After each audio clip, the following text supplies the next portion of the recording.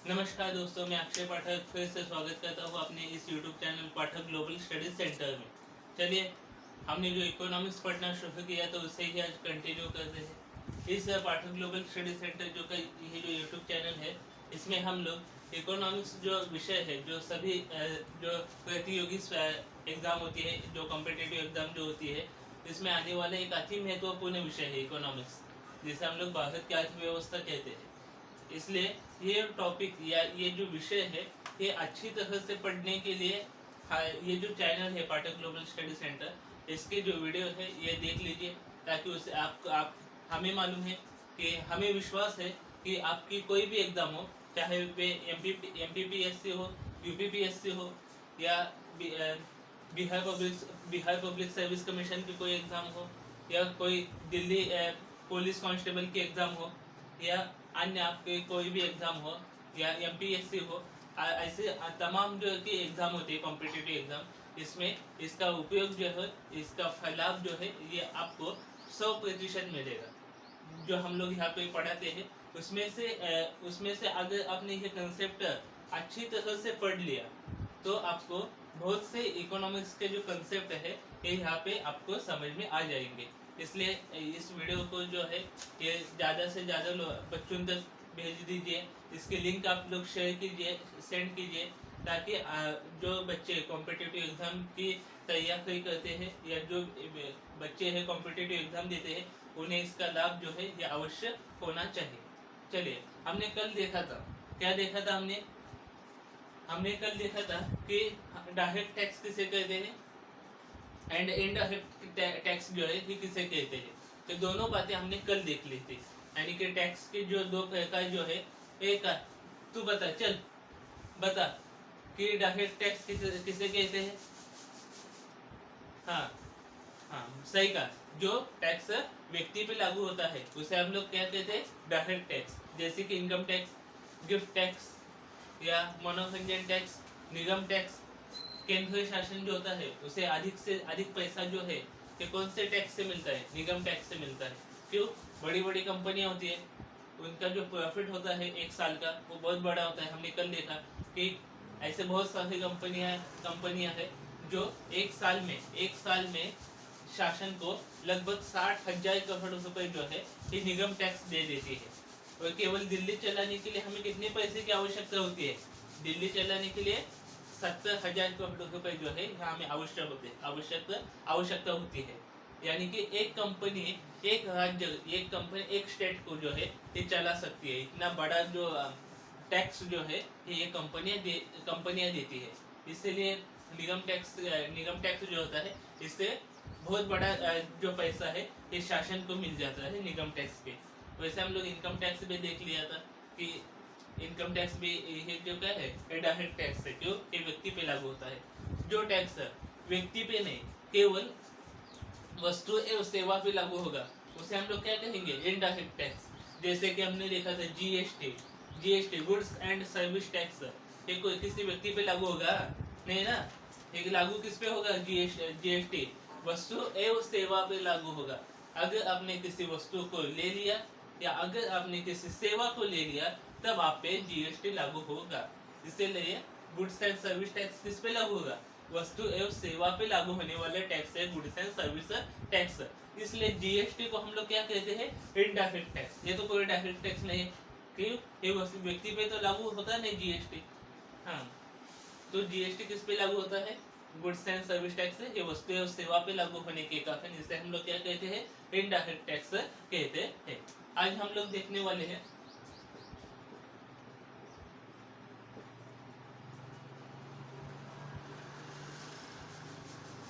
Source of income. यानी कि source of income यानी कि क्या, कि जो इनकम आती है वे किस किस रास्ते से आ सकती है, उसके यानी कि इनकम के सोर्स कितने हैं। यानी कि जो अर्थव्यवस्था होती है देश की या किसी भी जो विश्व की जो अर्थव्यवस्था होती है, ये 3 भागों में इसका विभाजन जो है ये किया गया है। अर्थव्यवस्था को 3 हिस्सों में इसे बांटा गया है। पहला हिस्सा होता है जिसे हम लोग कहते हैं, पहला हिस्सा जो होता है इसे क्या कहते हैं, हम इसे कहते हैं प्राथमिक क्षेत्र। प्राथमिक क्षेत्र। दूसरा जो होता है इसे हम लोग कहते हैं द्वितीय क्षेत्र, यानी कि द्वितीय सेक्टर, सेकेंड सेक्टर जो होता है इसे हम लोग कहते हैं तृतीय सेक्टर। इसे क्या कहते हैं हम? तृतीय सेक्टर। तृतीय क्षेत्र जो है ये हम लोग इसे कहते हैं, यानी कि अर्थव्यवस्था को 3 हिस्सों में बांटा गया है। यानी कि इनकम कहाँ से आती है? इनकम जो मिलेगी देश को, या किसी हम लोग देश की बात जो है ये थोड़े से बाजू रखे, तो हम लोग देखते हैं कि हमारी जो फैमिली में जो इनकम आता है इनमें से किसी एक ही सोर्स से आता होगा। कई लोग ऐसे हैं जिनके पास 2 सेक्टर से पैसा आ सकता है, कई ऐसे ही लोग हैं जिनके पास 3 सेक्टर से पैसा आ सकता है, कई लोग ऐसे हैं, कई फैमिली जिनके पास केवल किसी एक ही सेक्टर से पैसा आता होगा। यानी कि देश को जो पैसा मिलता है, देश को जो पैसा मिलता है ये कौन से सेक्टर से मिलता है? प्राथमिक सेक्टर से मिलता है, या द्वितीय सेक्टर से मिलता है, या तृतीय सेक्टर से मिलता है। इसलिए अर्थव्यवस्था जो होती है देश की या विश्व की, या जो अर्थव्यवस्था होती है इसे 3 भागों में बांटा गया है, जिसे हम लोग प्राथमिक क्षेत्र, द्वितीय क्षेत्र और तृतीय सेक्टर के नाम से जानते हैं। अब प्राथमिक क्षेत्र जो होता है इसमें कौन कौन सी बातें आती है? हाँ, अब प्राथमिक क्षेत्र से कौन कौन सी बातें आती है इससे पहले ध्यान से देख लेना कि जो है प्राथमिक सेक्टर जो है इसमें कौन कौन सी बातें आती है। पहली आती है कृषि। पहले आती है कृषि व्यवस्था। जो कृषि व्यवस्था है देश की, या जो जैसे हम लोग खेती कहते हैं, किसान जो होता है, ये कृषि जो होते हैं ये प्राथमिक सेक्टर का हिस्सा है। ये कृषि से संबंधित अन्य व्यवसाय किससे संबंधित? कृषि से संबंधित होने चाहिए। कृषि से संबंधित जो अन्य व्यवसाय होते हैं ये किसमें आते हैं? ये भी प्राथमिक सेक्टर में ही आते हैं। यानी कि कृषि से संबंधित जैसे कि पशुपालन हो, पशुपालन किससे संबंधित है? कृषि से संबंधित है, इसलिए ये जो है ये प्राथमिक सेक्टर का हिस्सा मानते हैं हम लोग। वैसे कृषि आता है और एक आता है खनन। खनन का जो काम होता है ये भी हमें प्राथमिक सेक्टर से ही दिखाई देता है। यानी कि कौन कौन से सेक्टर जो है, कौन कौन सा भाग जो है, हिस्सा जो है ये प्राथमिक सेक्टर का आता है। इसमें होता है कृषि, कृषि से संबंधित अन्य व्यवसाय एवं खनन का जो काम होता है इसे हम लोग प्राथमिक क्षेत्र कहते हैं। क्या कहते हैं? कृषि, कृषि से संबंधित अन्य काम। फिर अन्य यानी कि मुझे बताओ, अब कृषि जो होती है, अब यहाँ के जो बच्चे हैं, बहुत सारे बच्चे जो है उनके जो पिताजी है, माँ बाप जो है ये खेती में काम करते होंगे, चाहे वे उनकी खुद की खेती होंगी या किसी अन्य व्यक्ति के खेतों में जाते होंगे काम करने के लिए। यानी कि इनको जो पैसा मिलता है ये कौन से सेक्टर से आता है? प्राथमिक सेक्टर से इन्हें पैसा जो है ये मिलता है। और कृषि से संबंधित अन्य व्यवसाय होते हैं जैसे कि पशुपालन। हम लोग बहुत सारे पशु जो होते हैं, मवेशी, इनका पालन करते हैं हम लोग बहुत सा। यानी कि उसमें गाय होता है, बैल होता है, या मधुमक्खी पालन जो होता है, मधुमक्खी का जो छत्ता जो होता है उसमें से जो हानि जो होती है इसे हम लोग निकाल कर शहद जो होता है उसे निकाल कर बेच देते हैं। ऐसा जो काम जो होता है ये हम लोग किस में आता है? प्राथमिक सेक्टर में से कहते हैं। यानी कि इसमें मधुमक्खी पालन हो, गाय पालन हो, भैंस पालन हो। हाँ, अब जो ये होती है मछलियाँ जो होती है उनकी भी खेती की जाती है। मछलियों की खेती का कभी सुना है तुमने? हाँ, मछलियों की भी खेती की जाती है। यानी कि ऐसे बड़े बड़े टब जो होते हैं, ऐसे बड़े बड़े टैंक बनाए जाते हैं, उसमें अलग अलग प्रकार की जो मछलियाँ जो होती है वो उनका उत्पादन लिया जाता है। इससे भी कैसे में आता है? ये भी भाग जो है, ये भी हिस्सा जो है ये प्राथमिक सेक्टर का ही हिस्सा है। यानी कि कृषि और कृषि से संबंधित अन्य व्यवसाय जो है और खनन किसमें आता है? इसे प्राथमिक सेक्टर कहा जाता है। यानी कि अलग अलग जो कृषि से संबंधित व्यवसाय होते हैं, जैसे कि अब ये नहीं होगा कि जो दुग्धालय जो होता है या जो मिठाई बनती है ये इसमें नहीं आती। किसने मुझे एक बच्चे ने कहा था कि जो मिठाई के जो अन्य पदार्थ होते हैं, जैसे कि मिठाई में बहुत सारे ऐसे पदार्थ है जिन्हें बनाने के लिए हम लोग दूध दूध जो होता है इसका उपयोग जो है ये किया जाता है। यानी कि वे व्यवसाय जो होते हैं वे भी प्राथमिक सेक्टर में आएंगे क्या? नहीं, उनका वे अलग है, उनका हिस्सा जो होता है ये अलग होता है। हम लोग देख लेंगे कि वे किस में आते हैं। लेकिन इतना ध्यान में अवश्य होना चाहिए कि जो सेक्टर कृषि से संबंधित है और कृषि से संबंधित जो अन्य व्यवसाय होता है इसे हम लोग प्राथमिक सेक्टर में मानते हैं। जैसे कि मुझे बताओ कि गाय पालन किस में आएगा? प्राथमिक सेक्टर। घोड़ा पालन प्राथमिक सेक्टर। मधुमक्खी पालन प्राथमिक सेक्टर। मधुमक्खी पालन प्राथमिक सेक्टर। हाँ, कुत्ता पालन तो होता नहीं वैसे, लेकिन एक समझ ले कि किसी भी प्रकार का जो प्राणी जो होता है, प्राणी को इनका जो पालन किया जाता है वे सब जिसमें आते हैं, वे सब प्राथमिक सेक्टर में ही आते हैं। यानी कि कृषि और कृषि से संबंधित अन्य जो काम होते हैं वे सब किसमें आते हैं? वे सब आते हैं प्राथमिक सेक्टर में। समझ में आ गई ये बात?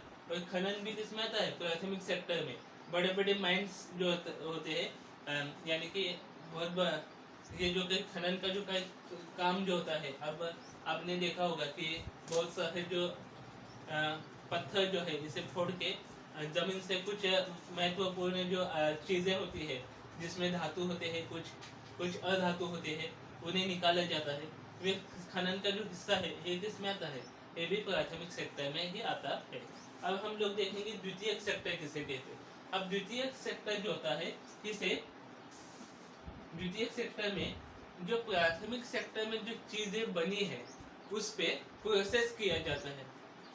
उस पे क्या होता है? जो प्राथमिक सेक्टर में चीजें बनी है उस पे प्रोसेस किया जाता है और अन्य या नए वस्तुओं का उत्पादन किया जाता है, उसे हम लोग द्वितीयक सेक्टर कहते हैं। यानी कि कपास कहाँ बनता है? खेती में बनता है। कपास बना लिया प्राथमिक सेक्टर में, और कपास से धागा बना दिया या कपड़ा बना लिया, वे कहाँ आते हैं? द्वितीयक सेक्टर में आता है। कपास से क्या बनता है? कपास से हम लोग धागा बना दिया, या धागा बनाने के बाद या कपड़ा बना दिया, तो कपड़े का उत्पादन किया, तो ये किस में आता है? ये द्वितीयक सेक्टर में आ जाता है। यानी कि जो प्राथमिक सेक्टर में जो चीजों का उत्पादन हुआ है उस पे कुछ प्रोसेस किए जाते हैं, कुछ अन्य प्रकार के प्रोसेस उस पे होने के बाद वे चीज जो बनती है उसे द्वितीयक सेक्टर कहा जाता है। यानी कि एक सिंपल बात होती है, द्वितीयक सेक्टर में जो रॉ मटेरियल जो होता है, जिसे हम लोग कच्चा माल जिसे हम लोग कहते हैं, ये प्राथमिक सेक्टर से लेना पड़ेगा। यानी कि हमने कपास की खेती की, कपास का बहुत बड़ा उत्पादन लिया, तो हमें जो कपास बेचने के बाद जो इनकम मिली है वे किसमें आई? प्राथमिक सेक्टर। उस कपास को हमने किसी बड़े कारखाने में बेच दिया, या बड़े उद्योगपति जो ऐसे जो मिल्स होती है, यानी कि कपड़ा बनाने की जो मिल्स होती है, उन्हें हमने बेच दिया। वे मिल्स वाले क्या करेंगे? उस जो कपास होती है उससे धागा बना लेंगे, उस धागे से कपड़ा जो होता है इसे बनाया जाएगा। तब ये क्या होता है? ये द्वितीयक सेक्टर का हिस्सा माना जाता है। यानी कि प्राथमिक सेक्टर से जो चीज हमने ले ली उस पर कुछ प्रोसेस किया गया, बाद में उसे बेचा गया, उसे हम लोग क्या कहते हैं? द्वितीय सेक्टर, ऐसा इसे कहा जाता है। यानी कि द्वितीयक सेक्टर हमें पता चला, द्वितीयक सेक्टर में क्या होता है? यहाँ पे वस्तु का उत्पादन होता है। वस्तु का उत्पादन किस में होता है? द्वितीयक सेक्टर में किया जाता है, जिसे हम लोग द्वितीयक सेक्टर कहते हैं।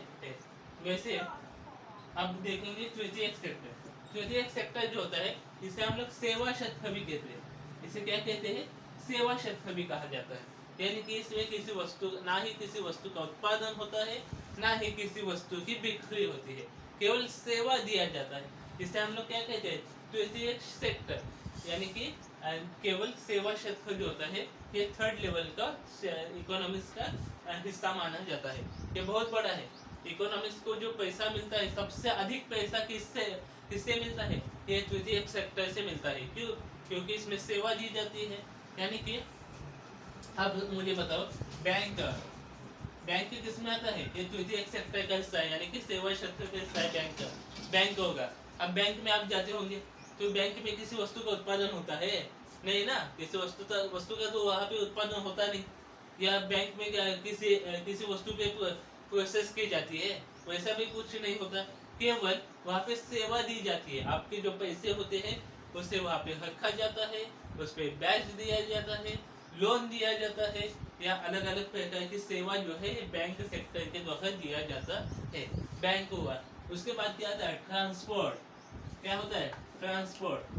ट्रांसपोर्ट भी किसमें, सेवा सेक्टर में, यानी कि तृतीय सेक्टर का ही हिस्सा है। ट्रांसपोर्ट में किसी वस्तु का तो उत्पादन होता नहीं।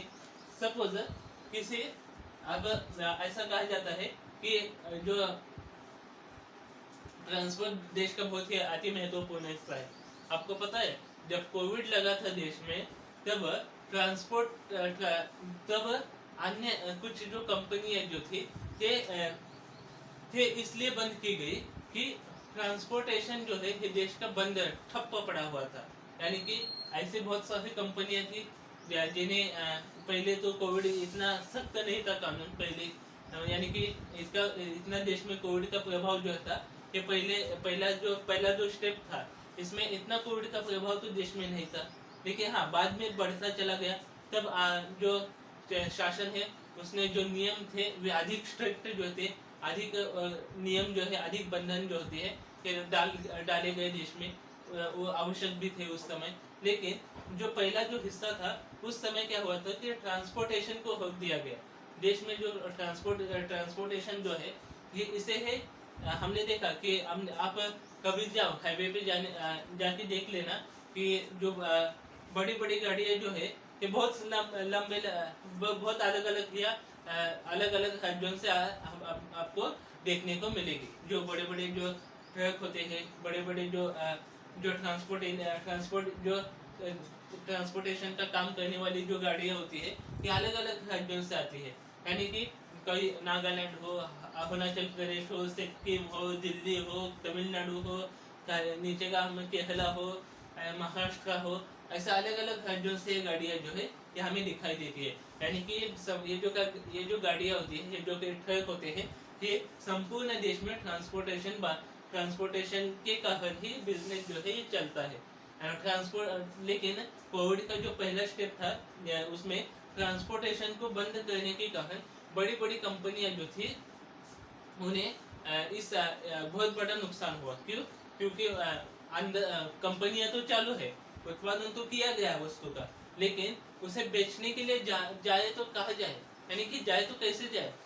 हाँ, ऐसा तो नहीं है जो बड़ी बड़ी कंपनियां होती है उन्होंने जो उत्पादन किया वो किसी गांव में जाके बेच दे उस वस्तु या उस सेवा को, ऐसा तो हो नहीं सकता। उन्हें जाने के लिए अलग अलग बड़े बड़े जो शहर होते हैं, यानी कि सिटी जो बड़ी बड़ी होती है, मुंबई हो, दिल्ली हो, बेंगलोर हो या हैदराबाद हो, ऐसे अलग अलग बड़े बड़े जो सिटीज जो होती है वहाँ पे जाके उन्हें ये सब बेचना पड़ता था। यानी कि लेकिन ट्रांसपोर्टेशन ही बंद होने के कारण जो उत्पादन किया गया है उसे कंपनी में ही वहाँ पे रखना पड़ा, या कंपनी के बाहर उसे ले जाना मुश्किल था, या ये देश में पॉसिबल ही नहीं था। इसीलिए आपने देखा होगा कि जो ट्रांसपोर्टेशन बंद होने के कारण जो कंपनी होती है उनका नुकसान यहाँ पे दिखाई देता है। बाद में कंपनियां जो थी या उन्होंने भी मान लिया कि कोविड जो है ये बहुत बड़ा हिस्सा है, या बहुत बड़ी बीमारी जो है ये देश में फैलने लगी है। तब कंपनी अब जो है इसे भी बंद किया गया, यानी कि जो उत्पादन होता है वहाँ पे भी हमने देखा कि टीवी पे कितने जो कंपनियां थी वे बंद होने के कारण जो मजदूर थे जो अलग अलग राज्यों से आए थे उन्हें पैदल अपने गांव जो है कि जाना पड़ा। आपने देखा ना कि वहाँ पे ट्रांसपोर्टेशन ही बंद था।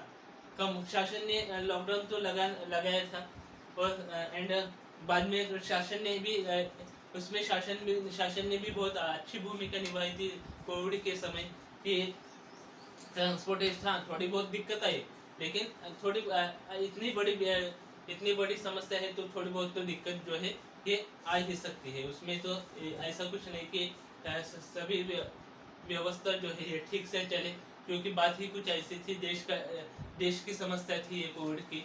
उसमें आपने देखा होगा कि जो बड़ी बड़ी कंपनियां जो है ये कोविड में बंद होने के कारण जो अलग अलग राज्यों से जो लेबर जो थे ये उस कंपनियां में काम करते थे, लेकिन कंपनियां बंद होने के कारण उन्हें भूखे पेट अपने गांव जो है ये चल के जाना पड़ा। 700 800 हजार किलोमीटर अपना जो गांव था उसमें चल के जाने की नौबत जो थी उन पे आ गई थी। क्यों? ट्रांसपोर्टेशन ही बंद था कोविड के समय, इसलिए ट्रांसपोर्टेशन जो है ये अति महत्वपूर्ण है देश में। एक देश का अति महत्वपूर्ण हिस्सा जो है ये ट्रांसपोर्टेशन को माना जाता है। तो ये ट्रांसपोर्टेशन क्या है? ये भी तृतीय सेक्टर का ही हिस्सा है, यानी कि उसमें एलआईसी किसमें आता है? एलआईसी जो होती है ये भी किसमें है? तृतीय सेक्टर जो होता है इसी का, यानी कि सेवा क्षेत्र का ही हिस्सा एलआईसी को मानते हैं। उसके बाद वाईफाई जो नेट की जो व्यवस्था होती है देश में, नेटवर्क का जो एक जाल है या नेटवर्किंग का जो जाल है देश में जो फैला हुआ है ये कहाँ पे आता है? ये भी सेवा क्षेत्र का ही हिस्सा है। उसके बाद अस्पताल जो है ये किसमें आता है? ये भी सेवा क्षेत्र का ही हिस्सा है। अस्पताल में तो किसी वस्तु का उत्पादन होता नहीं, केवल क्या होता है? सेवा दी जाती है, यानी कि उसे तृतीय सेक्टर कहा जाता है। किसी वस्तु का उत्पादन तो वहाँ पे होता नहीं, यानी कि क्या समझ में आ गया कि खेती या खेती से संबंधित जो अन्य व्यवसाय है वे किसमें आएंगे? उसे तो हम लोग प्राथमिक सेक्टर कहते हैं। आपने सुना होगा ना कि हमारा जो देश है ये कृषि प्रधान देश है, यानी कि जो अधिक से अधिक जनता जो थी पहले ये कृषि क्षेत्र पे कृषि क्षेत्र जो था इस पर डिपेंड थी पहले, यानी कि इसलिए हम कहते हैं कि हमारा जो देश है ये कृषि प्रधान देश है, यानी कि हम जो है ये हमें अधिक से अधिक जो इनकम मिलती थी वे कहाँ से मिलती थी? ये प्राथमिक सेक्टर से मिलते थे। उसमें कृषि आ गया, कृषि से संबंधित अन्य व्यवसाय जो थे इसमें आ गए, और खनन का जो काम था ये भी प्राथमिक सेक्टर में आ गए। उसके बाद जो प्राथमिक सेक्टर जो था उसमें जो जिस वस्तु का उत्पादन किया गया उस पर कुछ प्रोसेस की गई और अन्य अलग अलग प्रकार के उत्पादन जो है ये बनाए गए, जिसे हम लोग द्वितीय सेक्टर कहते हैं। यानी कि किसी खेत में बड़े बड़े या अलग अलग प्रकार के जो फल थे उनका उत्पादन किया गया, वो फल हमने ले ली। आप एग्जांपल से समझ ले कि किसी कोई जो कोई खेती है, यहाँ पे एक किसान जो है यहाँ पे इस किसान की खेती है। इस किसान ने क्या किया कि बहुत बड़े बड़े जो अलग अलग प्रकार के जो फल होते हैं उनका उत्पादन ले लिया, तो उस किसान ने उसे बेच दिया। किसे बेच दिया? एक जूस बनाने वाली कंपनी को बेच दिया। जूस बनाने वाली कंपनी को वे जो फल थे उसे हमने बेच दिया। तो किसान को जो आय जो मिली या इनकम जो मिला था वे किस क्षेत्र से मिला? ये तो मिला प्राथमिक सेक्टर से। क्यों? क्योंकि उन्होंने फल का उत्पादन लिया, वे फल उसने किसे बेचा? जूस बनाने वाली कंपनी को बेचा। अब जूस बनाने वाली कंपनी तो ऐसे ही फिर जो फल आ गए किसान से जो फल जूस बनाने वाली कंपनी को जो मिले, तो वो ऐसा ही ये जो फल है ये तो बेचेगा नहीं, उस पर क्या प्रोसेस की जाएगी, उसका जूस निकाला जाएगा, उसे ठीक तरह से लेबलिंग किया जाएगा, इसे बॉटल में पैक किया जाएगा, बाद में बेचा जाएगा। यानी कि ये जूस बनाने वाली जो कंपनी है ये किसमें आ गई? ये आ गई द्वितीय सेक्टर में। क्यों? उसने प्राथमिक सेक्टर से जो उत्पादन मिला था उस पर प्रोसेस की गई, बाद में बेचा गया, यानी कि यहाँ पे प्रोसेस हुई, यानी कि जूस बनाने वाली कंपनी कहाँ पे है? द्वितीय सेक्टर।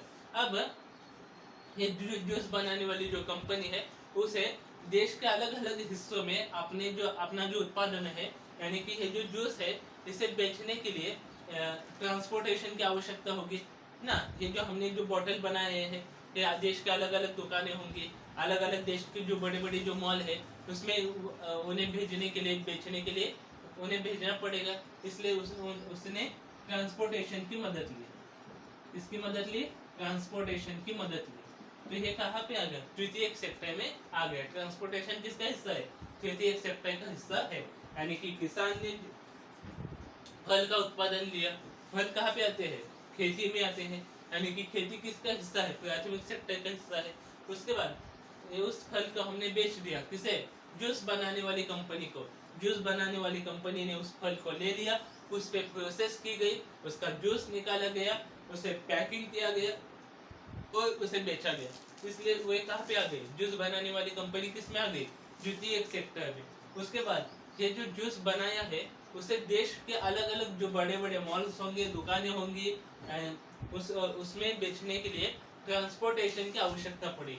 इसलिए ट्रांसपोर्ट से किसी बड़े बड़ी जो ट्रांसपोर्टेशन जो होते हैं उनके माध्यम से ये बड़े बड़े दुकानें, मॉल्स तक ये जूस जो है ये पहुंचाया गया।